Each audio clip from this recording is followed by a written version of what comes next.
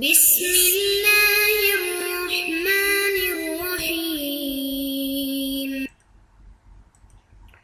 الحمد للہ رب العالمین والصلاة والسلام علی افضل الانبیاء والمرسلین اما بعد فاستعیذ باللہ من الشیطان الرجیم بسم اللہ الرحمن الرحیم السلام علیکم ورحمۃ اللہ وبرکاتہ۔ عزیز طلبہ کرام، امید کرتا ہوں احباب خیر سے ہوں گے۔ انشاءاللہ آج ہم تفسیر جلالین کے درس نمبر 125 میں سپارہ نمبر 17 سے سورہ حج کی منتخب کردہ آیات 57 اور 58 کو پڑھنے کی سعادت حاصل کریں گے، جن میں کلام باری تعالیٰ و کلام مفسر کا ترجمہ ہوگا اور ربط و تعلق آیات کو ذکر کیا جائے گا۔ کلام مفسر کی تشریح و توضیح کریں گے اور دیگر مفسرین کرام کے اقوال کو ذکر کرنے کی سعادت حاصل کریں گے۔ تو آئیے طلبہ کرام بلا تاخیر بڑھتے ہیں اپنے آج کے درس کی طرف۔ بسم اللہ الرحمن الرحیم۔ رب تعالی نے ارشاد فرمایا والذین کفروا وکذبوا بآیاتنا فَأُولَئِكَ لَهُمْ عَذَابٌ مُّهِینٌ۔ آئیے طلبہ کرام سب سے پہلے ان آیات مقدسہ کا ماقبل آیات کے ساتھ ربط اور تعلق جان لیتے ہیں۔ علماء و مفسرین کرام ان آیات مقدسہ کا پہلا تعلق ماقبل آیات کے ساتھ کچھ یوں ذکر فرماتے ہیں کہ پچھلی آیات میں مومنین کے اخروی ٹھکانے یعنی جنت کا ذکر فرمایا گیا ہے کہ مومنین جنت نعیم میں ہوں گے۔ اب ان آیات میں کافرین کے اخروی ٹھکانے یعنی عذاب مہین کا ذکر کیا جا رہا ہے۔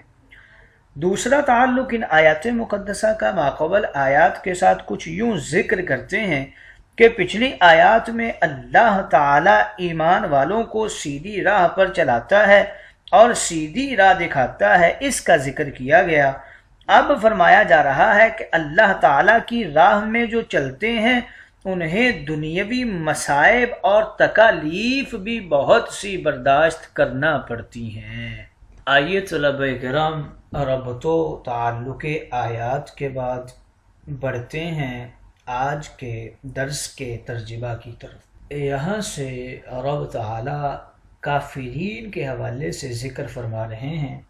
پچھلی آیات مقدسہ میں مومنین کے اخروی ٹھکانے جنت نعیم کا ذکر کیا گیا۔ اب فرما رہے ہیں والذین کفروا وکذبوا بآیاتنا فاولئک لهم عذاب مہین، اور جن لوگوں نے کفر کیا اور ہماری آیات کی تکذیب کی فاولئک لهم عذاب مہین، ان کے لیے ذلیل کرنے والا عذاب ہوگا۔ اس کی وجہ کیا ہے؟ یہ عذاب ان کے کفر کے بسبب ہوگا جو دنیا میں انہوں نے رب کی راہ سے، رسول اللہ کے احکامات سے، قرآن سے انکار کیا تھا اور قرآن کو جھٹلا دیا تھا۔ والذین ہاجروا فی سبیل اللہ، یہاں سے پھر مومنین کی شان کو بیان کیا جا رہا ہے کہ وہ لوگ جنہوں نے راہ خدا میں اپنے وطن کو ترک کر دیا یعنی اس کی اطاعت میں مکہ سے مدینہ کی طرف ہجرت کی، ثم قتلوا، پھر ان کو شہید کر دیا گیا، او ماتوا، یا پھر یہ اپنی موت ہی دار فانی سے رخصت ہو گئے، لَيَرْزُقَنَّهُمُ اللَّهُ رِزْقًا حَسَنًا، اللہ تعالیٰ ان کو بہترین رزق عطا فرمائے گا، اور وہ رزق کون سا ہے؟ ہوا رزق الجنہ، وہ جنت کا رزق ہے۔ وَإِنَّ اللَّهَ لَهُوَ خَيْرُ الرَّازِقِينَ، اور بے شک اللہ تعالیٰ سب دینے والوں میں سے بہتر رزق دینے والا ہے۔ افضل المعطین، یعنی عطا کرنے والوں میں سے بہتر اور افضل عطا کرنے والا ہے۔ آئیے طلبہ کرام ترجمہ کے بعد بڑھتے ہیں آج کے درس کی تشریح و توضیح کی طرف۔ یہاں سے رب تعالیٰ ارشاد فرما رہا ہے اللہ تعالیٰ کے فیصلہ ابدی اخروی کی کیفیت اہل ایمان کے لیے وہی ہے جو پیچھے بیان کر دی گئی کہ ان کے لیے جنت نعیم ہوگی۔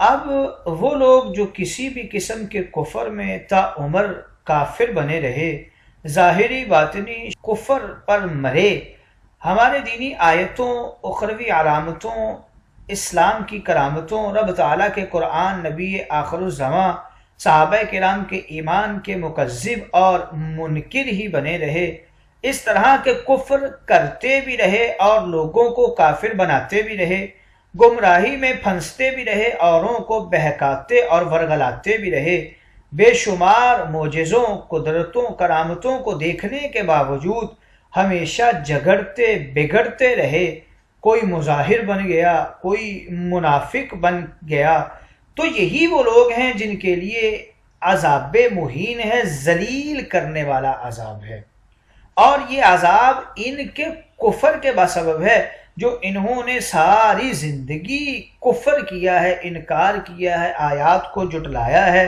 مومنین کو ورگلایا ہے۔ لفظ مہین کے حوالے سے ذکر کر رہے ہیں کہ یہ عام ہے، ہر قسم کی ذلت کو شامل ہوتا ہے۔ ذلت کی 6 قسمیں مفسرین کرام بیان فرماتے ہیں۔ پہلی قسم یہ کہ ذلت سے لایا جانا، ذلت کی رہائش، ذلت کی خوراک، ذلت کا کلام سننا یعنی لعنت، پھٹکار اور جھڑک سننا، بدبو پھیلی ہونا، درد اور تکلیف کی چیخ و پکار کو بھی ذلت کہا جاتا ہے۔ مفسرین کرام فرماتے ہیں کہ ہر کفر میں شرک موجود ہوتا ہے، اس لیے ہر کفر ظلم عظیم ہے، اور عذاب مہین وہ ہوتا ہے جو خواری میں بھی عظیم ہو، رسوائی میں بھی عظیم ہو، دردناکی میں بھی عظیم ہو۔ ذلت آمیز گفتگو سننا خواری ہے، اور ذلت کی رہائش ملنا یہ رسوائی ہے۔ ظلم عظیم کا عذاب مہین ہی ہوتا ہے۔ اس عذاب کا اثر یہ ہوگا کہ جسم کی عزت، سر کا غرور، عقل کا نفور اور نفس کی اکڑ سب کچھ ختم ہو جائے گا۔ ایسا عذاب کہ آج دنیا میں اس کا تصور بھی نہیں کیا جا سکتا۔ رب تعالیٰ ایسا عذاب ان کفار کو دے گا، اور اس عذاب کی تو کوئی حقیقت بھی بیان نہیں کر سکتا، اور یہی فیصلہ عدل ہے، اس لیے کہ نہ ملتوی ہو، نہ منسوخ ہو، نہ اس میں کمی ہو۔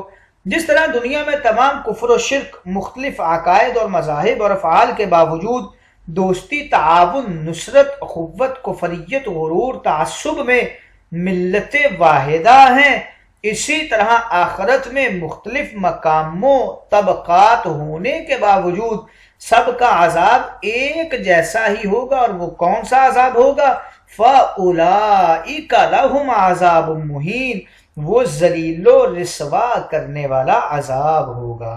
اہل ایمان کے اعمال صالحہ جنساً ایک ہیں مگر شان خلوص میں مختلف ہیں، اس لیے رب تعالیٰ نے ارشاد فرمایا والذین ہاجروا، اور وہ مسلمان جنہوں نے اولاً وطن اور قرابت چھوڑ کر مکہ مکرمہ سے مدینہ منورہ کی طرف رب تعالیٰ کی حکم کے عین مطابق اور اس کے دین کی بلندی اور سرفرازی کے لیے ہجرت کی، اور پھر مدینہ میں رہ کر فتوحات اسلامیہ کی مشقت، سفر میں، مصیبتوں میں اپنی زندگی کے اکثر لمحات گزار دیے۔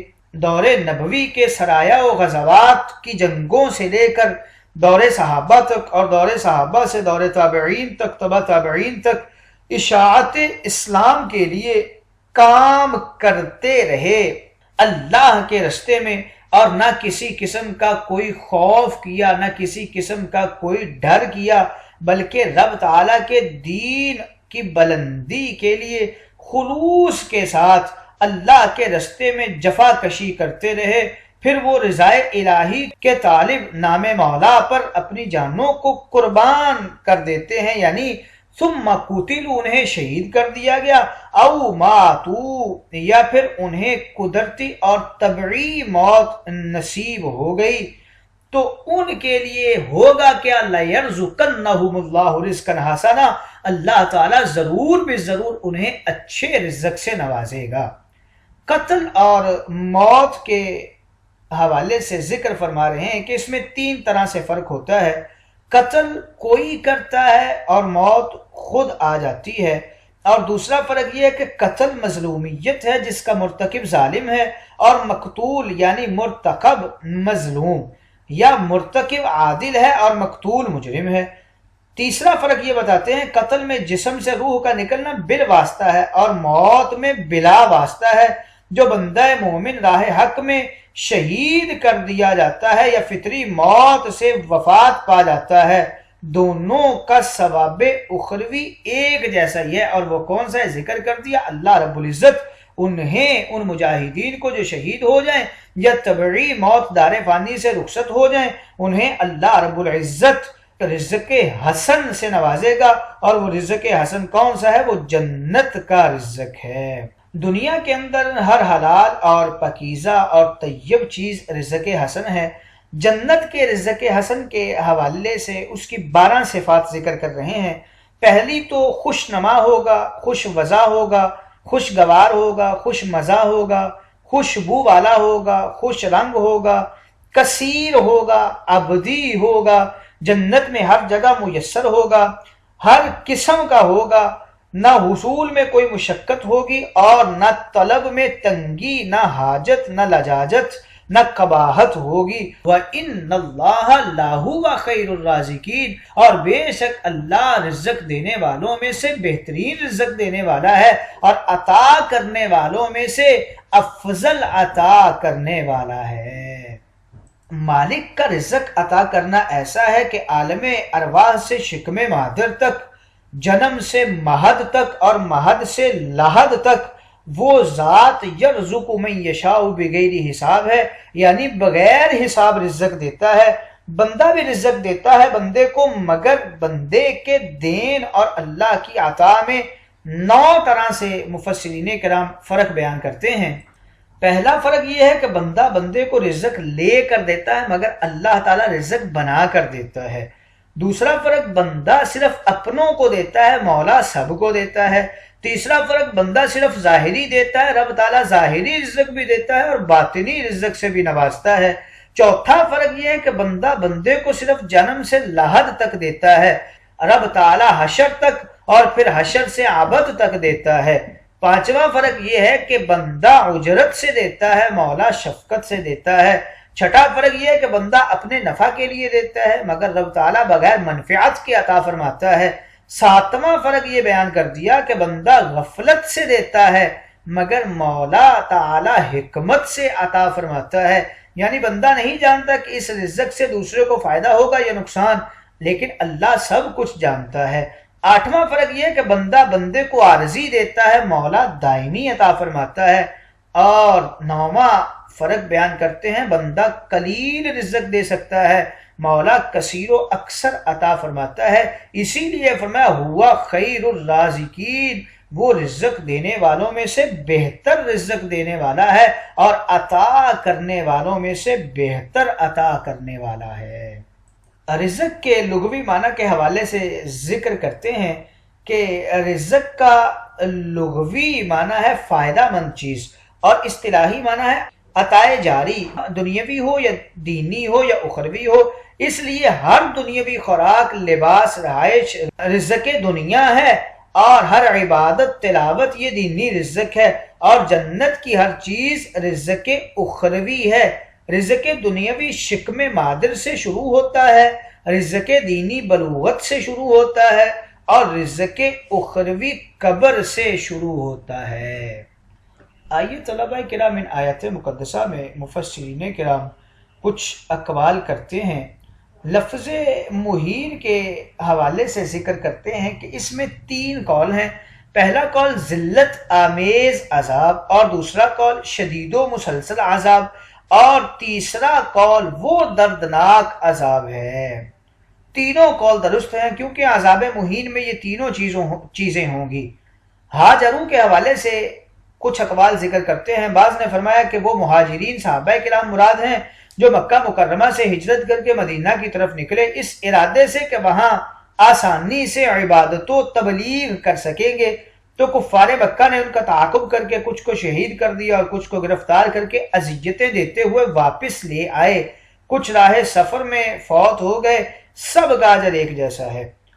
اور بعض نے فرمایا کہ وہ انصار و مہاجرین صحابہ کرام مراد ہیں جو مدینہ منورہ سے برائے جہاد نکلے، اور ان میں سے کچھ مجاہدین جاتے ہوئے راستے میں وفات پا گئے اور کچھ شہید ہو گئے، کچھ واپسی میں فوت ہو گئے اور کچھ گھر آ کر اسی ساز و سامان کی حالت میں فوت ہو گئے تھے۔ سب کا اجر و مرتبہ برابر ہے۔ اور بعض نے فرمایا کہ یہاں ہجرت اپنے لغوی معنی میں ہے، یعنی چھوڑ دینا، قطع تعلق کر لینا۔ وہ صحابہ کرام مراد ہیں جو مکہ میں رہتے ہوئے کفار کی اذیتوں سے فوت ہوئے یا کفار کے ہاتھوں شہید کر دیے گئے، اور وہ صحابہ کرام جنہوں نے اللہ اور اس کے رسول کی خاطر اپنے کافر رشتہ داروں کو اور اپنے ذاتی مفادات کو چھوڑ دیا تھا، ان سب کا اجر برابر ہے۔ اور اس میں چوتھا قول یہ کرتے ہیں کہ تا قیامت ہر جہاد کے شہداء مراد ہیں، یا سفر جہاد میں آتے جاتے راستے میں طبعی موت فوت ہو جانے والے، اور ہجرت سے مراد تا قیامت نیت جہاد کے لیے فی سبیل اللہ نکلنا ہے۔ قوتلو کی قرأت کے حوالے سے ذکر کر رہے ہیں کہ یہ قوتلو باب نصر ینصرو کا ماضی مطلق مجہول ہے اور جمع مذکر غائب کا صیغہ ہے، اور یہی قرأت مشہور و مکتوب ہے۔ اور دوسری اس کے اندر قرأت قتلو کی کرتے ہیں، باب تفعیل سے ذکر فرما رہے ہیں۔ رزقاً حسنہ کے اندر 3 قول ذکر کرتے ہیں۔ بعض نے کہا اس سے مراد مال غنیمت ہے جو اب امت مسلمہ پر شریعت اسلام نے حلال فرمایا، پہلی شریعت میں مجاہدین پر حرام تھا۔ اور دوسرا قول اس میں یہ کرتے ہیں کہ اس سے مراد علم و فہم ہے، اور تیسرا قول اس سے یہ کرتے ہیں کہ اس سے مراد جنت کی نعمتیں ہیں، اور یہی قول زیادہ درست ہے کیونکہ رزق حسن کا ملنا قتل شہادت یا راہ جہاد کی طبعی موت کے بعد ہے، اور وہ صرف جنت میں ہی ملے گا۔